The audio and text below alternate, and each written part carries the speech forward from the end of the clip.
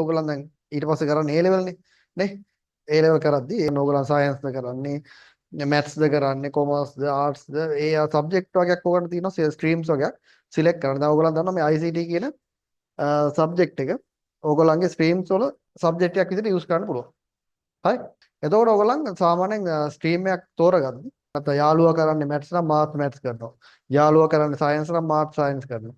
ඒ වගේ ඒ ලෙවල් එකට යන්න එපා. මොකද අපි එක එක්කෙනාගේ හැකියාව වෙනස්. තේරෙනවද? දැන් එක්කෙනෙකුට යම් කිසි දෙයකට දක්ෂ වුණාට ඒ දෙයට අනිත් කෙනා එච්චර දක්ෂ නැති වෙන්න පුළුවන්. එතකොට අපේ දක්ෂතාවය දැන් අපිට දන්නවා. දැන් අපි දන්නවා අපිට සාමාන්‍යයෙන් මොකක් කරොත්ද දැන් අපි දැන් අවුරුදු 11ක් මේ ඇවිල්ලා තියෙන ගමනේ. එතකොට ඔයගොල්ලන්ට අවුරුදු 11ක් ආපුවම යම් කිසි දැනුමක් තියෙනවා. දැන් අපි මට මේක කරොත් ගොඩ යන්න පුළුවන් කියලා යම් කිසි අදහසක් ඕගොල්ලන්ටම තියෙනවා. මං කියන්නේ වෙන කාටවත් නෙමෙයි ඕගොල්ලන්ට. එතකොට ඕගොල්ලන්ට ඒ සාමාන්‍යයෙන් තේරෙනවා මම සයන්ස් පැත්තට බරයි කියලා. එතකොට ඕගොල්ලන්ට සයන්ස් කරන්න කිසි ප්‍රශ්නයක් නැහැ. මොකද ඕගොල්ලන්ගේ ඇඟේම තියෙනවා ඒක මට කරන්න ඕනේ කියලා. හරි? ඒ හින්දා ඕගොල්ලන් යාළුවෝ කියනවා හින්දාවත් හරි? එහෙම නැත්නම් ඕගොල්ලන් මේ වෘත්තිය අනිවාර්යයෙන්ම දැන් අපි දන්නවා සමහර වෘත්ති තියෙනවා ලෝකේ මේ පිළිගත් ඉතාමත් හොඳ වෘත්ති. අපි කැමතියි තමයි. ඉතින් ඒ වුණාට අපි ඒ වෘත්තීන් කැමති වුණාට අර පොඩි දැන් අර පොඩි කාලේ එක වසර දෙක වසරේ වගේ අර මම මෙයාම වෙනවා කියලා හිතාගෙන හිටියට දැන් අපි දන්නවා අපි ඉන්න තැන දන්න නිසා අපි දන්නවා දැන් අපි මේ දේ කරොත් අපි මෙතෙන්ට ගොඩ යන්න පුළුවන් කියලා. හරි එන්නේ ඒ සිතුවිල්ලෙන් ඕගොල්ලන් A level කරන්න. A level කරද්දී ඒ සබ්ජෙක්ට් තෝරගන්න, ඒ විදිහට තෝරගන්න.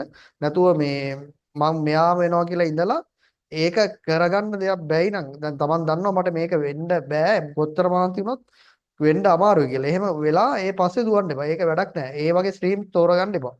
දැන් ඕගොල්ලන් ස්ට්‍රීම් එක තෝරගන්දි මේ වෙද්දි ඕගොල්ලන් දන්නවා මම මේ විෂයට දක්ෂයි. මේ විෂයට දක්ෂයි. මේ පැත්තට කැමැත්තක් තියෙනවා. මේ පැත්ත කරොතින් හොඳයි කියලා ඕගොල්ලන්ගේ හැඟීමක් තියෙනවා.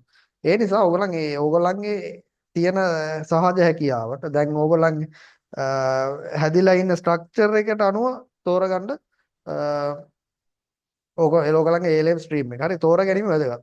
හරි මම ඕගොල්ලන්ට මේ සාමාන්‍යයෙන් මේ දේ කිව්වේ ඕගොල්ලන්ගේ A level සබ්ජෙක්ට් තෝරගද්දි ඔය ස්ට්‍රීම් ගොඩක් අය පටලගෙන අපරාධේ O level වලට හොඳ ලකුණු ගන්නවා.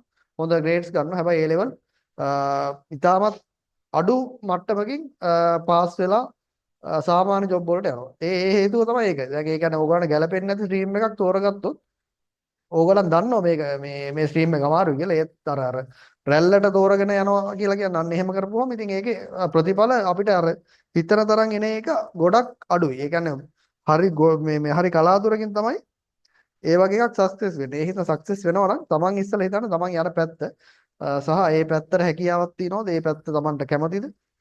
ගොඩ යන්න පුළුවන් කියලා තමන්ට හිතෙනවා නම් ඒ පැත්තට යන්න. එතකොට ඕගොල්ලන්ට ඒක සක්සස් කරගන්න පුළුවන්.